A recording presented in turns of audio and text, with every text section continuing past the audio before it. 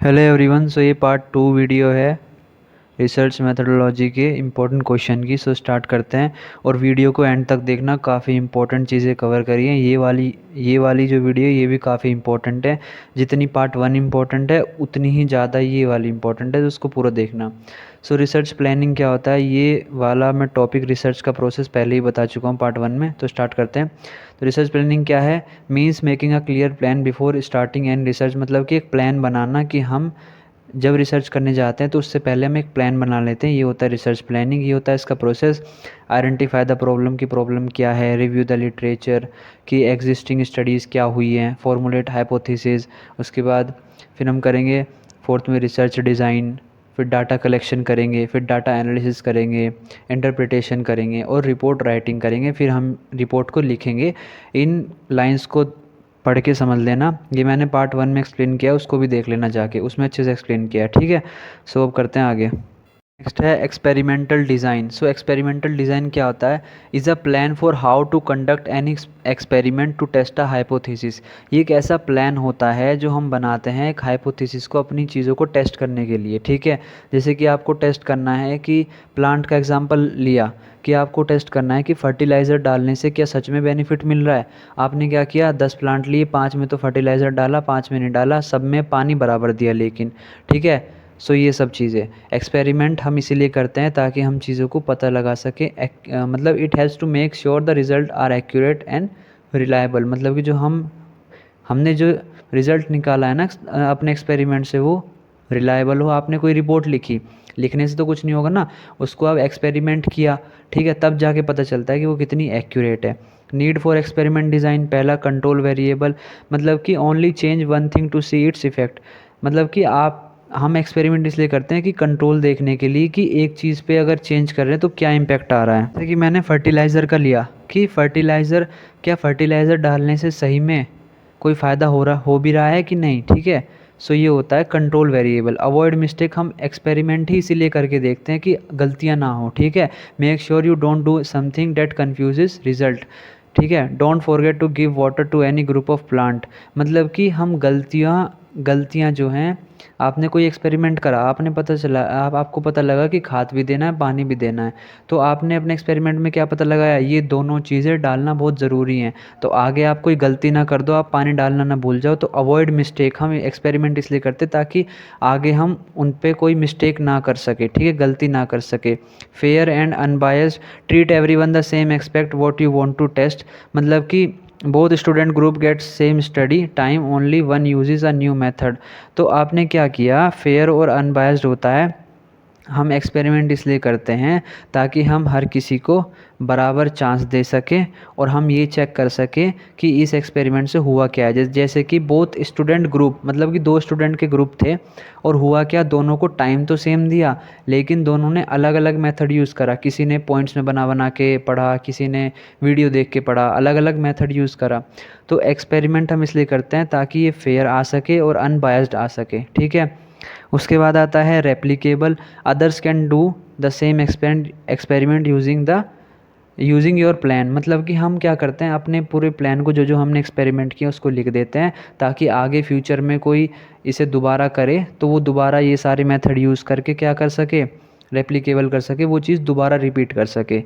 Next है research report. A research report is a detail document that explain the entire research work. मतलब कि आपने जो भी रिसर्च करी है ना, उसको आप एक पेपर पे लिख देते हो कि मैंने ये रिसर्च करी है। जैसे कि example, if you study how fertiliser affect plant growth, the research report will explain what you did, what you found and what it means.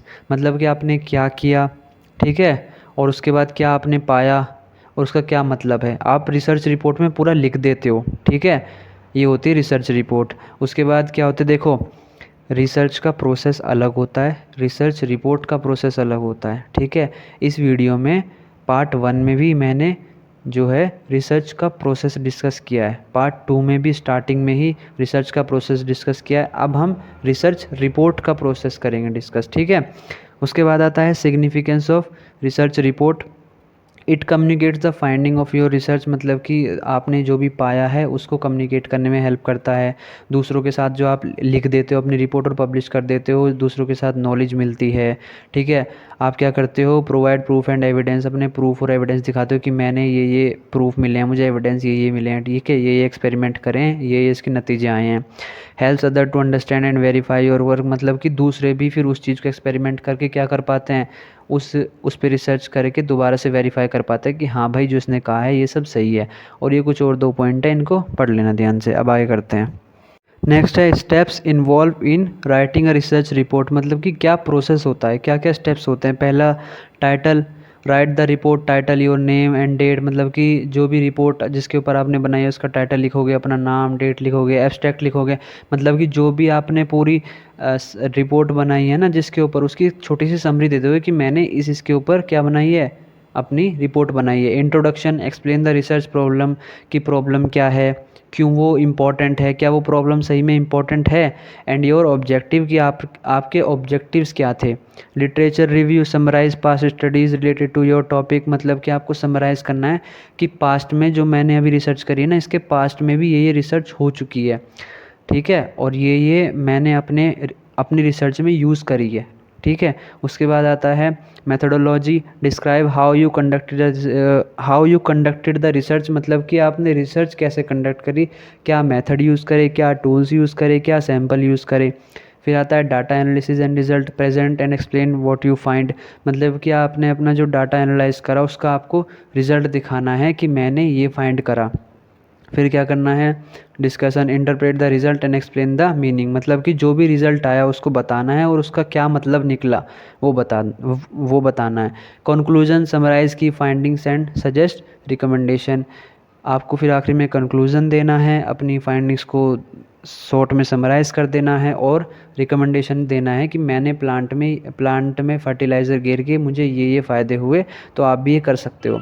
Reference, list of all sources you used, मतलब कि reference देना है कि मैंने यहाँ से ये data use करा, ये रिसोर्स था, गूगल यूज़ करा, ये सब यूज़ करा, जो भी है।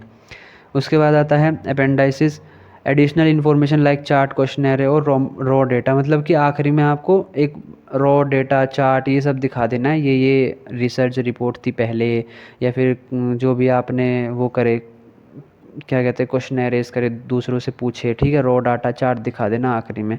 सो ये होता है steps involve in writing a research report, इसको चाहे तो दोबारा से सुन लेना। अब आगे करते हैं। रिसर्च डिज़ाइन, देखो ये कुछ इंपॉर्टेंट चीज़ें हैं। पहला, रिसर्च रिपोर्ट क्या होती है, रिसर्च क्या होती है, रिसर्च का प्रोसेस क्या होता है, रिसर्च रिपोर्ट के स्टेप्स क्या होते हैं। अब रिसर्च डिज़ाइन क्या होती है, रिसर्च डिज़ाइन एक प्लान और ब्लूप्रिंट होता है जो कि आप रिसर्च करने से पहले करते हो। It shows how data will be collected, measure and analyse, मतलब कि आप डाटा कहाँ से कलेक्ट करोगे, कैसे उसको मेज़र करोगे और कैसे एनालाइज करोगे, ये होता है research design. It help the researcher to answer the research questions clearly and accurately, मतलब कि जब आप पूरा रिसर्च डिज़ाइन लिख देते हो ना, तो आपको सब कुछ समझ में आ जाता है कि मैं ये करने वाला हूँ, इसका ये होगा, ये ऐसे ऐसे डाटा कलेक्ट होगा, ये एनालाइज करना है, ऐसे मेज़र करना है, ये सब। उसके बाद आता है types of research design. Exploratory research design, मतलब कि used when the problem is not clearly defined, मतलब आप कोई चीज़ एक्सप्लोर कर रहे हो। ठीक है, helps to get better understanding और generate ideas, method, interview, focus groups, literature review, ये सब, मतलब कि कोई नई चीज़ एक्सप्लोर कर रहे हो, नाम से पता चल रहा है। डिस्क्रिप्टिव, मतलब कि use to describe characters of population और phenomena. It answer what, where, when and how, मतलब कि आप लिख देते हो कि क्या था, कहाँ था, कब था और क्या हुआ, कैसे हुआ, ये सब आप मतलब कि रिसर्च डिज़ाइन में आप सिर्फ लिख देते हो। आप सर्वे लिख देते हो कि ये सर्वे किया मैंने, इसमें ये पाया। ठीक है, एक्सपेरिमेंटल रिसर्च वही कि आप एक्सपेरिमेंट करके देखते हो कि इन दो चीज़ों के बीच में क्या रिश्ता आ रहा है। आपने दो स्टूडेंट्स को पढ़ने के लिए सेम टाइम दिया, लेकिन दोनों ने अलग अलग मेथड यूज़ करा, तो उन दोनों के बीच में क्या रिलेशन आ रहा है, क्या अलग मेथड यूज़ करने से ज़्यादा पढ़ाई हो रही है, या फिर सेम मेथड यूज़ करने से कौन सा अच्छा कर पा रहा है। ठीक है, तो थोड़ा दूसरा हो गया, ये तो थोड़ा गलत सा एग्जाम्पल हो गया, क्योंकि इन दोनों के बीच में वो जाएगा। जैसे कि स्टडी आवर्स का लेते हैं कि ज़्यादा पढ़ने से क्या ज़्यादा नंबर आएंगे, या कम पढ़ने से क्या कम नंबर आते हैं सही में, क्या या फिर कम पढ़ने से ज़्यादा नंबर भी आ सकते हैं। ठीक है, ये हो गया एक्सपेरिमेंटल। डायग्नोस्टिक्स क्या हो गया, use to identify causes of problem, मतलब कि प्रॉब्लम फाइंड आउट करने में हेल्प करता है कि कॉजेज़ क्या थे, क्या प्रॉब्लम थी, क्या रीज़न था उस चीज़ का, ठीक है, मतलब कि क्या प्रॉब्लम हुई, किस वजह से हुई और क्या उसका सॉल्यूशन है, ठीक है। उसके बाद आता है analytical research design, focuses on analyse already available data, मतलब कि जो ऑलरेडी डेटा अवेलेबल है आप बस उसको एनालाइज करके अपनी फाइंडिंग्स करते हो कि मैंने स्टूडेंट्स के ऊपर ये सारा डेटा अवेलेबल था गूगल पे, मैंने इसके ऊपर ही रिसर्च कर डाली, मैंने इसको ही एनालाइज कर दिया। ये होता है एनालिटिकल रिसर्च डिज़ाइन। नेक्स्ट है features of good research design, क्या क्या होते हैं। क्लियर ऑब्जेक्टिव, कि आपको उस रिसर्च डिज़ाइन के अंदर क्लियर ऑब्जेक्टिव पता होनी चाहिए, ठीक है। Accuracy, it shows minimise bias and error in data collection analyse, जब आप पहले ही सब कुछ लिख लेते हो ना कि मुझे यहाँ से डाटा कलेक्ट करना है, इतना करना है, ये सब करना है, तो वो क्या है, वो एक्यूरेसी बताता है। फ्लेक्सिबिलिटी बताता है, it should be adaptable if changes are needed during the research, मतलब कि कुछ फीचर्स होते हैं एक अच्छी रिसर्च डिज़ाइन के कि उसमें क्लियर होना चाहिए, ऑब्जेक्टिव एक्यूरेसी होनी चाहिए, ऐसी होनी चाहिए रिसर्च डिज़ाइन कि आप उसको टाइम के साथ फ्लेक्सिबल चेंजेस थोड़े बहुत कर सकते हो, ये नहीं कि फिक्स हो गया ये तो ये करना ही है, ठीक है। नेक्स्ट है reliability, the result should be consistent and repeatable, मतलब कि ऐसा होना चाहिए कि आप बार बार उस चीज़ को कर पा रहे हो ना तो सेम रिजल्ट आ रहा है। इकोनॉमिकली, मतलब इकोनॉमिकल, मतलब कि इकोनॉमिकल पॉसिबल होना चाहिए, ठीक है, कि it should make proper use of time money, मतलब कि ऐसा नहीं होना चाहिए कि एक रिसर्च करने के लिए चाहिए था 50,000 रुपये, आपने 2-3 लाख लगा दिए, ये क्या हो गया, इकोनॉमिकली अच्छी चीज़ नहीं है ना ये। वो रिपोर्ट टाइम भी सही टाइम पे पूरी होनी चाहिए, सही पैसों के साथ, सही रिसोर्सेज के साथ। अप्रोप्रिएट मेथड यूज़ करने हैं, मतलब कि ये नहीं कि आप अपनी मर्ज़ी का कुछ भी यूज़ कर रहे हो, ठीक है, सही मेथड जो उस पर एप्लीकेबल है वही यूज़ करना है, सुटेबल यूज़ करना है। Ethical consideration, it should B respect privacy, मतलब ऐसा नहीं होना चाहिए कि आपने कुछ ऐसी चीज़ पे आप रिसर्च कर रहे हो जो किसी की प्राइवेसी को दिक्कत कर रही है, किसी को हार्म पहुँचा रही है, कि आप उस पर रिसर्च करोगे तो उस किसी पर्टिकुलर रिलीजन, कास्ट, इन सब को दिक्कत हो सकती है, ठीक है। ये होता है feature of good research design. Next है sources of error in research, देखो ये एक पूरी, पता है क्या है, एक पूरी यूनिट है जो मैं आगे दो तीन स्लाइड में कराने वाला हूँ, ठीक है। सो इसको ध्यान से सुनना। सोर्सेज ऑफ एरर अगर आता है ये दोनों लिख देना पॉइंट्स में, और अब आगे जो बताऊँगा उसको लिखना, वो बहुत इंपॉर्टेंट है जो आगे बताऊँगा, इसको भी लिख देना। Sampling error happens when the sample does not represent the whole population, मतलब कि आपने क्या किया कि जैसे कि सेलेक्टिंग ओनली अर्बन पीपल, आपने पूरे के पूरे देश की हैबिट को जानना है कि वो क्या खाते हैं, कैसा रहते हैं, लेकिन आपने क्या किया, अर्बन एरिया के ही लोगों को चूज़ किया। क्या ये सही बात है? ये तो सैम्पलिंग एरर आ गया। स्टार्टिंग में आपने सैम्पलिंग ही अच्छे से नहीं की, पॉपुलेशन को अच्छे से डिवाइड ही नहीं करा, अच्छे से पॉपुलेशन को यूज़ नहीं किया, ठीक है। आपने सिर्फ गाँव के लोग भी तो हैं, उनका भी तो आता है, वो भी तो हमारे देश में है, तो उनको भी तो इन्वॉल्व करना चाहिए ना। तो हमने क्या किया, सिर्फ अर्बन अर्बन को कर लिया, ये एक सैम्पलिंग एरर हो गया स्टार्टिंग में।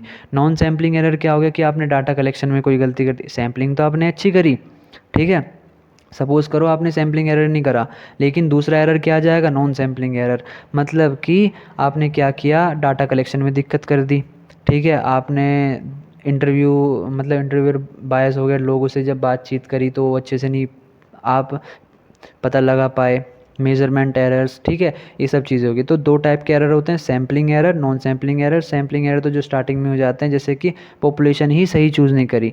नॉन सैम्पलिंग मतलब कि सही तो चूज़ कर लिया अब मान लो, लेकिन उसमें भी अब बाद में डाटा कलेक्शन में इन सब चीज़ों में दिक्कत आ गई, होता है नॉन सैम्पलिंग एरर। तो देखो मैं अपना बेस्ट देने की कोशिश कर रहा हूँ, ठीक है, जितना हो सकता है उतना अच्छे से समझाने की कोशिश कर रहा हूँ, कुछ गलती होती है तो सॉरी उसके लिए।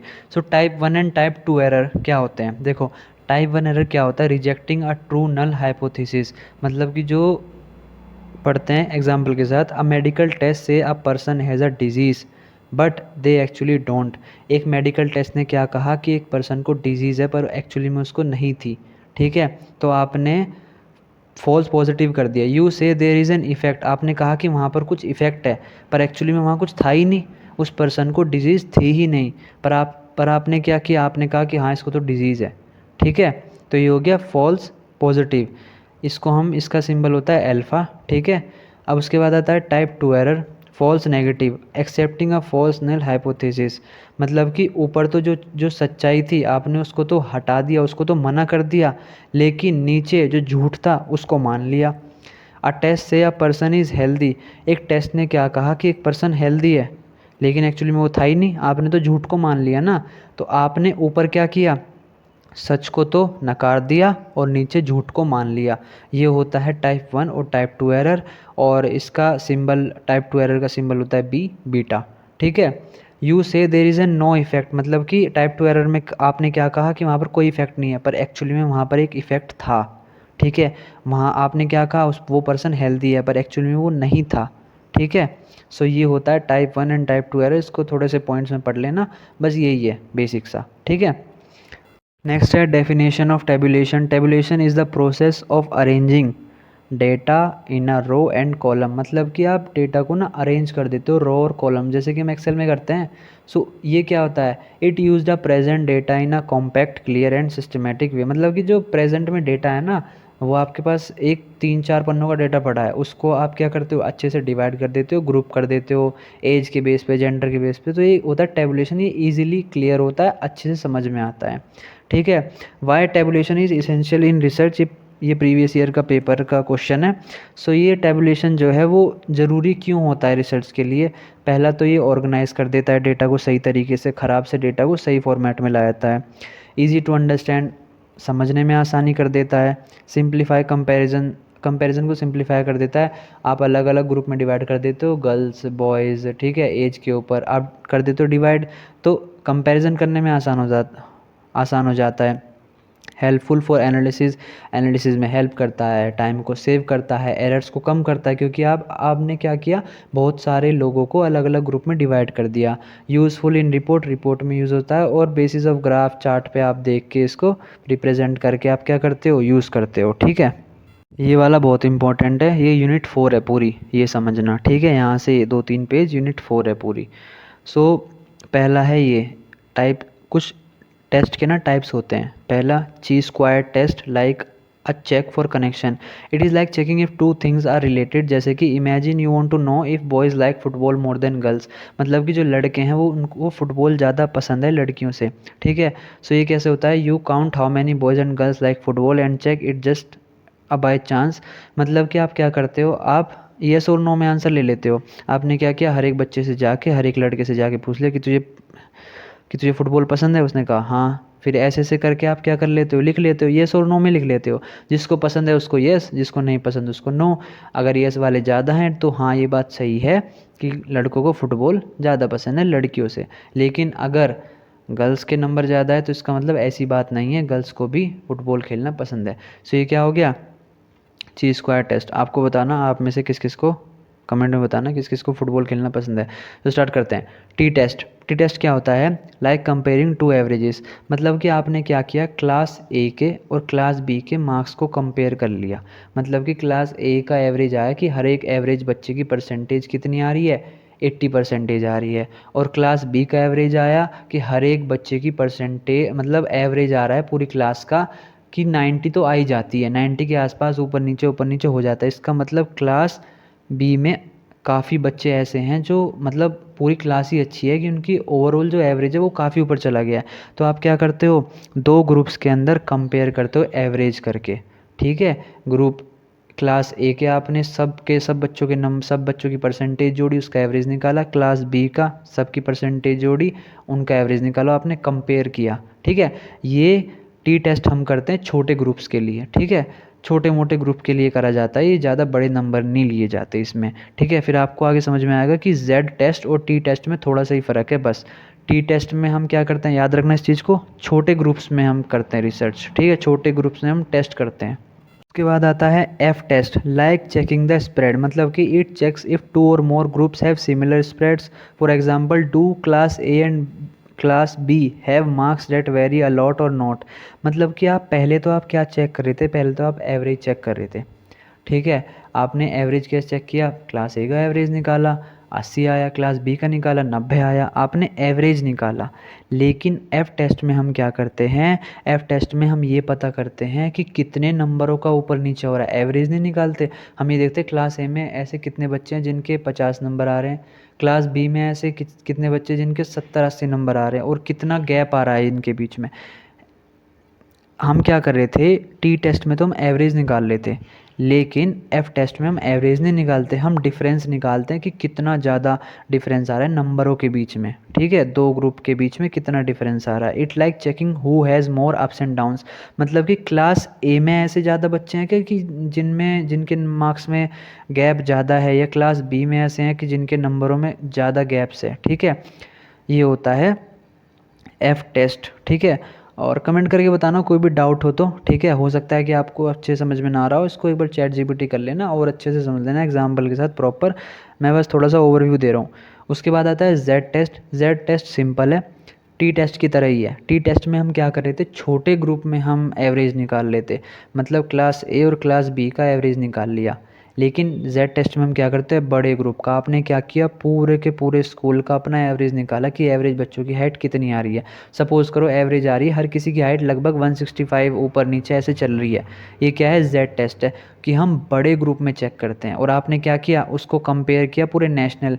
मान लो इस देश में हर एक एवरेज की हाइट लगभग 162 के आसपास है, ठीक है, और आपके स्कूल में क्या है, 165 का एवरेज आ रहा है। तो आपने क्या किया, टी टेस्ट में तो हम छोटे ग्रुप के साथ करे थे, 30 क्लास ए में 30 बच्चे, क्लास बी में 30 बच्चे, 60 बच्चे हो गए। लेकिन जेड टेस्ट में हम क्या करते हैं, पूरे 1000 बच्चे, 2000 बच्चे ऐसे टेस्ट करते हैं, बड़े बड़े सैंपल लेते हैं। ये होता है जेड टेस्ट, ठीक है। नेक्स्ट है types of graph and there uses in research, मतलब कि ये कुछ ग्राफ हैं जो कि रिसर्च में यूज़ होते हैं। लिखे होंगे साइड में, bar graph, pie chart, line graph, histogram, scatter plot. So इसको बताने में ज़्यादा टाइम वेस्ट नहीं करता हूँ मैं। साइड में मैंने इमेजेस देती है, 1 2 3 4 लिख दिया है सेम इनके हिसाब से, ठीक है, न्यूमेरिकल ऑर्डर में। पहला बार ग्राफ आपको दिख रहा होगा, हिस्टोग्राम दिख रहा होगा। अब बार ग्राफ और हिस्टोग्राम में ना एक छोटा सा डिफरेंस है। बार ग्राफ में तो जो नंबर्स रहते हैं ना वो एक एक तरफ रहते हैं, मतलब कि साइड में लिखे हुए होंगे। लेकिन हिस्टोग्राम में नंबर साइड में और नीचे दोनों तरफ लिखे रहते हैं। हिस्टोग्राम में सपोज़ करो जैसे कि मैंने बताया स्टडी वाला, कि इतने घंटे पढ़ रहे हैं और इतने नंबर आ रहे हैं, तो एक तरफ हम क्या लिखेंगे, घंटे लिखेंगे, आवर्स लिखेंगे 1 2 3 4, और एक तरफ हम क्या लिखेंगे, बच्चों के मार्क्स लिखेंगे। लेकिन ये लिखेंगे हम हिस्टोग्राम में। लेकिन बार ग्राफ में हम क्या लिखेंगे, एक तरफ लिख देंगे कि बच्चों की क्या लिख देंगे, एज, एज लिख देंगे, ठीक है, और नीचे क्या लिख देंगे, उनके नाम लिख देंगे या जो भी है। सो ये क्या है, बार ग्राफ। बार ग्राफ में हम क्या करते हैं, दोनों तरफ नंबर नहीं होते, सिर्फ एक तरफ होते हैं। लेकिन हिस्टोग्राम में दोनों तरफ नंबर से हम कंपैरिजन करते हैं, ठीक है। ये होता है हिस्टोग्राम और बार ग्राफ में छोटा सा डिफरेंस। और बाकी मैंने ये पॉइंट दे दिए हैं, ये pictograph, box plot, area graph, scatter plot, histogram, line graph, pie chart. ये देख लो, डायग्राम देख लेना और बना के आ जाना, अगर आता है तो ये डायग्राम बना देना, नंबर आ जाएंगे, ठीक है। और इनको गूगल भी सर्च कर लेना अगर इमेज छोटी दिख रही हो तो अच्छे से, ठीक है। अब आगे करते हैं। सो ये लास्ट की जो यूनिट 5 है ना, उसका एक टॉपिक है formulation of business problem into research, मतलब कि जो बिज़नेस प्रॉब्लम है उसको हम कैसे रिसर्च में ला सकते हैं और कैसे कर सकते हैं। पहला हम आइडेंटिफाई करेंगे कि बिज़नेस में प्रॉब्लम क्या आ रही है। फिर अंडरस्टैंड द बैकग्राउंड, सारी इन्फॉर्मेशन क्या करेंगे, कलेक्ट करेंगे और चेक करेंगे कि क्या प्रॉब्लम है, क्या एक्चुअली में चीज़ें हैं इंपॉर्टेंट, क्या क्या प्रॉब्लम आ रही है। फिर हम क्या करेंगे, तीसरे स्टेप में हम उन प्रॉब्लम को ब्रेक डाउन कर देंगे छोटी छोटी प्रॉब्लम में। फिर हम क्या करेंगे, रिसर्च के ऑब्जेक्टिव लगाएंगे कि हमें ना ये प्रॉब्लम सॉल्व करनी है, ये हमारी रिसर्च है, ऑब्जेक्टिव सेट करेंगे। फिर हम क्या करेंगे, develop research question hypothesis, convert the problem into specific questions और स्टेटमेंट। फिर हम जो भी प्रॉब्लम्स हैं उनको क्वेश्चन और स्टेटमेंट में बना देंगे। फिर हम क्या करेंगे, डिसाइड द रिसर्च अप्रोच, की रिसर्च अप्रोच हम क्या लेंगे, एक्सप्लोरेटरी करेंगे, डिस्क्रिप्टिव करेंगे, या कैजुअल बेस्ड प्रॉब्लम है, मतलब ऐसे ही लिख देंगे। ये हो गया decide the research report, research approach. फिर आता है प्लान डाटा कलेक्शन। फिर हम क्या करेंगे, डाटा कलेक्ट करेंगे। और फिर आता है प्रिपेयर फॉर एनालिसिस, फिर हम एनालिसिस करने के लिए रेडी हो जाएंगे। ये सारी चीज़ें करने के बाद ये होता है बिज़नेस प्रॉब्लम को हम रिसर्च में कैसे यूज़, मतलब किसी भी बिज़नेस प्रॉब्लम को हम कैसे रिसर्च में लाके रिसर्च के थ्रू उसको सॉल्व कर सकते हैं। ये होता है formulation of business problem into research. Next है ओरल रिपोर्ट। देखो ये भी आपके यूनिट में था, तो मैंने सोचा काफ़ी से काफ़ी ज़्यादा टॉपिक कवर हो जाए तो ज़्यादा सही रहेगा। ओरल रिपोर्ट क्या है, N oral report is a spoken presentation. जो आप स्पोकन प्रेजेंटेशन देते हो, आप क्या करते हो, स्टेज पे चले गए और आपने जो भी रिसर्च करी थी वो पूरी जनता को अब आपको क्या करना है, बताना है, ठीक है। जनता पढ़ेगी नहीं, ये नहीं कि आपने उनको पेपर दे दिया, अब आपको उनको खड़े होकर समझाना है ये रिसर्च करी है। ठीक है। पर्पस क्या होता है, अपने आइडियाज़, अपने थॉट्स को, अपने रिजल्ट को कम्युनिकेट करना। फॉर्मेट फॉर्मल इनफॉर्मल रिसर्च होती है, मतलब ओरल रिपोर्ट होती है, फॉर्मली आप बताते हो, इनफॉर्मली मतलब कि जैसे कि मैं अब आपके साथ इनफॉर्मली बात कर रहा हूँ, फॉर्मली नहीं कर रहा कि ऐसे ही समझा समझा के। ठीक है। फॉर्मेट ये चूज़ किया मैंने इनफॉर्मली, क्योंकि इससे अच्छे समझ में आता है। हर किसी का तरीका अलग होता है। उसके बाद आता है features. Use clear language, simple explanation. Clear language use करो, सिंपली समझाओ, जितना आसान हो सके उतना समझाओ। विजुअल यूज़ करो, चार्ट्स ये सब यूज़ करो ओरल रिपोर्ट में। एडवांटेज क्या होते हैं, फीडबैक मिल जाता है तुरंत के तुरंत, परसुएशन एंड क्लैरिफिकेशन हो जाता है। ठीक है। आप अपनी चीज़ों को क्लैरिफाई कर पाते हो, ज़्यादा इंटरेक्टिव होता है लिखने से।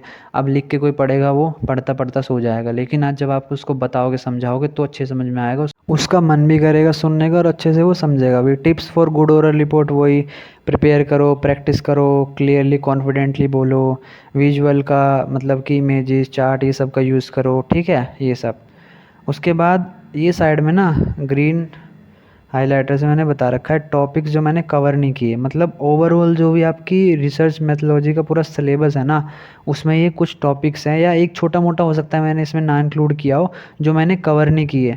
तो ये आपकी मर्ज़ी है, आपको करना है कि नहीं, क्या आपको ये करना चाहिए मेरे अकॉर्डिंग। अगर आपने ये दोनों वीडियो अच्छे से देख लिया, आपको लगता है कि हाँ मुझे समझ में आ गया है, और आप बार बार वीडियो देख के समझ रहे हो, तो इन टॉपिक्स को भी कुछ नहीं करना, चाहे एक बार चैट जीपीटी करके बस मतलब समझ लेना, ताकि ऐसा ना हो कि वहाँ पर अगर कोई इनमें से उठ के आ जाए तो कम से कम कुछ तो लिख के आ जाओ। ठीक है। ये टॉपिक्स मैंने कवर नहीं किए, जो मैंने कवर किया वो मैंने बता दिया आपको सारे के सारे। ठीक है।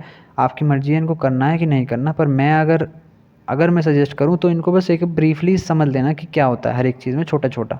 ठीक है। फाइनली लास्ट क्वेश्चन पे आ चुके हैं, स्टेप्स इन सैम्पलिंग डिज़ाइन। मतलब कि ये ना पहले करवाना था मुझे पहले वाले पार्ट में, पर मैं इसको भूल गया था, तो मैंने अभी सेकंड पार्ट में इंक्लूड कर दिया है। ये भी इम्पोर्टेंट है, यूनिट 3 या यूनिट शायद 3 या 2 का पार्ट है। ठीक है। So steps in sampling design क्या है, पहला डिफाइन द पॉपुलेशन, मतलब कि आपको clearly identify the group of people और items you want to study, मतलब कि आपको पहले ये बताना है कि आप किस पॉपुलेशन पे रिसर्च करना चाहते हो, किस ग्रुप पे, किन लोगों पे रिसर्च करना चाहते हो, क्या आप गांव के लोगों पे, क्या आप शहर के लोगों पे रिसर्च करना चाहते हो, ये सब। उसके बाद आता है determine the sampling frame, create a list of source from which the sample will be drawn, like मतलब कि आप कहाँ से सैम्पल कलेक्ट करोगे, सैम्पलिंग करोगे, like a list of customer, ये सब की कस्टमर की लिस्ट बनाते हो ना आप, सैम्पलिंग फ्रेम करोगे। फिर आता है चूज़ द सैम्पलिंग मेथड, फिर आप सैम्पलिंग मेथड चूज़ करोगे। मैंने दो बताए थे, प्रोबेबिलिटी सैम्पलिंग, नॉन प्रोबेबिलिटी, मतलब कि आप रैंडमली गांव में से किसी भी आदमी को पिक कर लोगे, या फिर आप अपने दोस्तों को रिश्तेदारों को नॉन रैंडमली पिक करोगे। ठीक है। फिर आता है determine the sample size, decide how many units और people you will include in your sample, मतलब कि आप डिसाइड करोगे कि इनमें से कितने लोगों को मुझे अपनी सैम्पल डिज़ाइन में लेना है। फिर आता है सेलेक्ट द सैम्पल, फिर आप क्या करोगे, use the chosen method to actually pick the sample units from the sampling frame. Collect data को कलेक्ट करोगे। फिर चेक फॉर सैम्पलिंग एरर, फिर सैम्पलिंग एरर को आप चेक करोगे कोई सैम्पलिंग एरर तो नहीं है। ठीक है। Evaluate if the sample truly represent the population of if there are errors, मतलब कि जो आपने पॉपुलेशन सेलेक्ट की है वो सही भी है या कुछ गलत है। ठीक है। ये होता है स्टेप्स इन सैम्पलिंग डिज़ाइन। और आई होप कि आपको अच्छे समझ में आया होगा। कोई भी दिक्कत हो तो एक बार कमेंट में बता देना, या फिर आप चैट जीपीटी जाके सर्च करना, गूगल से सर्च करना, चीज़ों को समझने की कोशिश करना। पेपर बहुत इंपॉर्टेंट है, हल्के में मत लेके जाना, दोबारा से बोल रहा हूँ। सारी चीज़ें पढ़ लोगे ना, ये सब कर लोगे ना, आपके अच्छे नंबर आ जाएंगे। बस इन दो वीडियो जो मैंने पार्ट 1 पार्ट 2 बनाया, बस इनको अच्छे से कर लेना, समझ लेना टॉपिक्स को। 2 दिन का टाइम है आपका, मंडे को पेपर है, आज सैटरडे है, तो सैटरडे संडे का आप आज का पूरा टाइम है। मैंने सुबह सुबह ही वीडियो इसलिए अपलोड कर दी ताकि आपको पढ़ने का टाइम मिल जाए। ठीक है। रात को भी 12-1 बजे तक वीडियो रिकॉर्ड हुई है, सेव हुई है। उसके बाद अभी सुबह सुबह उठते 5-6 बजे से रिकॉर्डिंग कर रहा हूँ मैं, ताकि आपके पास 2 दिन का टाइम अच्छे से मिल जाए, इसको यूटिलाइज़ कर पाओ। रिसर्च मेथोलॉजी का पेपर थोड़ा सा टफ आ सकता है, हो सकता है कि लिखने का आपको समझना है कि लिखना क्या है। ठीक है। स्टेप्स, ये जो स्टेप्स और प्रोसेस है ना, इनको तो अच्छे से कर लेना। ठीक है। सो मिलते हैं अगली वीडियो में। और हाँ यार, 400 या 450 के पार करवा दो सब्सक्राइबर, ठीक है। सो कमेंट करके बताना कोई भी डाउट हो तो, और अपने फीडबैक ज़रूर दे के जाना, वीडियो को लाइक करना। और अगली वीडियो जो बनाऊंगा ना एंटरप्रेन्योर की, पेपर आसान होगा उस पर तो कोई दिक्कत नहीं होने की, वो तो मैं समझा दूंगा अच्छे से, ठीक है। पर मेरे कहने पे रिसर्च मेथोलॉजी की जो 2 वीडियो बनाई हैं इनको प्लीज़ अच्छे से कर लेना, पार्ट 1 और पार्ट 2 को, ठीक है। बस 2 दिन का टाइम है, 2 दिन तो पढ़ना है अच्छे से बस, ठीक है। पेपर अच्छा जाएगा, बाद में आके आप ये नहीं बोल पाओगे कि पेपर बेकार गया, ठीक है। जो मैंने टॉपिक समझाया ना इनको अच्छे से समझना, ठीक है, अच्छे से समझना है इनको, क्योंकि हो सकता है क्वेश्चन घुमा फिरा के पूछे, लेकिन क्वेश्चन वही होगा।